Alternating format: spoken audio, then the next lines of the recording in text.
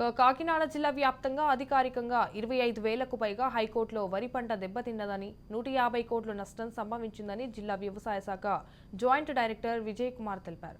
10 రోజుల క్రితం 5,500 హెక్టార్లలో వరి నష్టం జరిగిందని రాజ్ న్యూస్ కు ఇంటర్వ్యూ ఇచ్చానని గుర్తు చేశారు.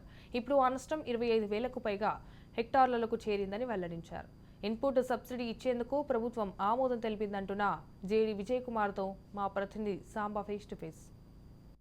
వ్యవసాయ శాఖ జాయింట్ డైరెక్టర్ విజయ్ కుమార్ గారు ముందు ఉన్నారు. ఏదైతే పిఠాపురం, పెద్దాపురం, జగ్గంపేట, పత్తిపాడు, మెట్ట ప్రాంతాలు వేస్తారో ఉద్యాన పంటలు పోయినాయి, వాణిజ్య పంటలు పోయినాయి. వారం రోజుల క్రితం మనం ఇదే రాజ్ న్యూస్ జాయింట్ డైరెక్టర్ గారిని ఇంటర్వ్యూ చేసినప్పుడు ఆ రోజు పరిస్థితిని బట్టి 5,500 హెక్టార్లో ఈ 4 నియోజకవర్గాల్లోనే నష్టం జరిగిందని చెప్పారు. జగ్గంపేట నియోజకవర్గానికి సంబంధించి కిర్లంపూడి మండలంలో రాజులపాలెం సమీపంలో ఈ క్షేత్రస్థాయి పర్యటనకు జేడీ గారు రావడం జరిగింది.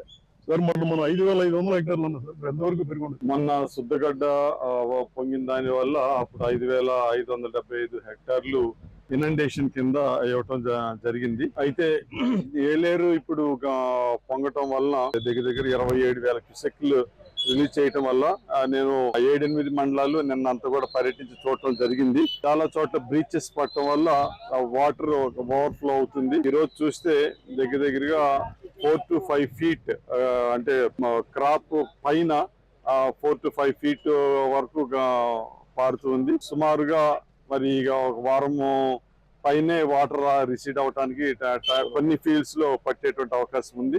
ఎన్యూమరేషన్ కూడా చేయడం జరిగింది. అంటే కాకినాడ సిటీలో బాగా తక్కువ, 1000 హెక్టార్లు కూడా లేదు. మిగిలిన 6 నియోజకవర్గాల్లో కాకినాడ రూరల్ లో కర్మ మండలం బాగుంది, రూరల్ మండలం బాగలేదు. మీరు చెప్పినట్టు పిఠాపురం, పెద్దాపురం, జగ్గంపేట, పత్తిపాడు, కొద్దిగా తుని కూడా నష్టం. ఏలేరు కెనాలే కాకుండా కోటనందూరు తుని దగ్గర తాండవ వల్ల ఎఫెక్ట్ ఉంది. తర్వాత పంపా వాటర్ వల్ల తొండంగి ఎఫెక్ట్ ఉంది. అలాగే శుద్ధగడ్డ వాటర్ వల్ల తొండంగి, గొల్లప్రోలుకి ఎఫెక్ట్ ఉంది.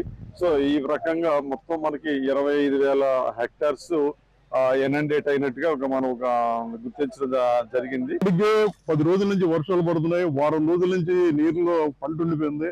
ఇంకో వారం అయితే గానీ లాగిన పరిస్థితి మనం చూస్తున్నాం సార్. కాలువల నుంచి కూడా డైరెక్ట్ పొలాల్లో. అవును, ఇప్పుడు మనం చూస్తుంటే ప్రైమరీ ఇనిషియేషన్ స్టేజ్ కి ఇక క్రాప్ వస్తుంది. సో దాన్ని అబ్జర్వ్ చేస్తుంది. రెండోది ఏంటంటే ఈ వాటర్ ఇప్పుడు ఉంది కాబట్టి కొంచెం నిలబడినట్టుగా క్రాప్ మనకి ఉండొచ్చు. కానీ ఇప్పుడు కొన్ని చోట్ల ఏంటంటే ఫెర్టిలైజర్ కూడా వేసేసి ఉన్నారు. దానివల్ల క్రాప్ కూడా కొంచెం మెత్తబడి ఉంది, పోయి వెళ్ళిపోయేటువంటి అవకాశం కూడా ఉంటుంది. సో కాబట్టి వాటర్ రిసీడ్ అయిన తర్వాత అతను వాటర్ యాక్చువల్ స్టేటస్ అనేది తెలుస్తుంది.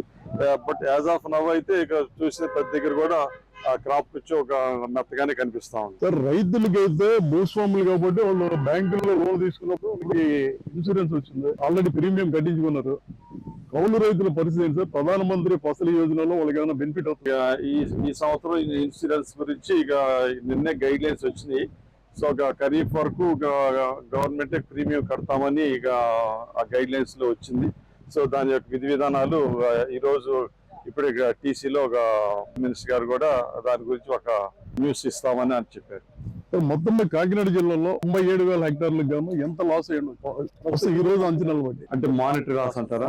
మానిటరీ లాస్ అయితే దగ్గర 152 కోట్ల దాకా అంచనా ప్రకారం 65,000 మెట్రిక్ టన్నులు మనకి లాస్ వచ్చేటువంటి అవకాశం ఉందని ఎస్టిమేషన్ చేయాలి. మనకి మన ఎక్స్పెక్టేషన్ ఎంత దిగుబడి? మన దిగుబడి 5,25,000.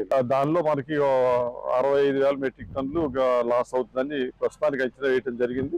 తర్వాత ఇంకా పెరుగుతుంది లేదనేది ఎన్యూమరేషన్ చేసిన తర్వాత మనం రైతులను చూస్తాం, కన్నీరు పెట్టుకుంటున్నారు. పొలంలోకి దిగడానికి కూడా పరిస్థితి లేదు. పొలంలోకి వెళ్తే కూడా 7 అడుగులు 8 అడుగులు నీరు వస్తుంది. ఆయన వ్యవసాయ శాఖ జాయింట్ డైరెక్టర్ కాబట్టి అధికారికంగా చెప్పకూడదు. వాస్తవాన్ని పరిశీలిస్తే క్రాప్ ఇన్సూరెన్స్ ఇంతవరకు ప్రభుత్వం చెల్లించలేదు. ఇన్సూరెన్స్ సంస్థలకి ప్రీమియం కట్టలేదు. ఈ రోజు కట్టినా రేపు కట్టినా ఇన్సూరెన్స్ సంస్థలు అంగీకరించవా? గతంలో జగన్మోహన్ రెడ్డి ప్రభుత్వంలో కూడా రైతులకే మోసపోవడం జరిగింది. రైతుల దగ్గర నుంచి ప్రీమియం కట్టించుకునే సంస్థలు ఇవ్వలేదు. ఈసారి కూడా అదే పరిస్థితి కనపడుతుందని రైతులు చెప్తున్నారు. అధికారులు చెప్పకూడదు కాబట్టి వాస్తవాన్ని క్షేత్రస్థాయిలో పరిశీలిస్తే ఇన్సూరెన్స్ ఏదైతే ప్రధానమంత్రి ఫసల్ యోజన పంట పొలాల కిందో అది చెల్లించలేదు కాబట్టి ఈసారి పరిహారం వస్తుందా రాదా అన్న అనుమానం కూడా రైతుల్లో వ్యక్తమవుతుంది. చూసిన పెద్ద వయసులో కూడా పంట పొలాలకు వెళ్ళాలి, పొలం ఎలా ఉందో చూసుకోవాలని రైతుల్లో ఒక ఆవేదన. ఎందుకంటే పొడమి తల్లిని నమ్ముకుని నష్టం వచ్చినా కష్టం వచ్చినా రాత్రి మగలు వ్యవసాయాన్ని నమ్ముకున్న రైతులు పూర్తిగా సారి దెబ్బతిన్నారు. ముఖ్యమంత్రి చంద్రబాబు పర్యటనకు వస్తున్నారు కాబట్టి ఇన్సూరెన్స్ తో సంబంధం లేకుండా మాకు పరిహారం ఇప్పించాలని యావత్ రైతాంగం కోరుతుంది. ఇది కాకినాడ జిల్లాలో పరిస్థితి. Back to studio.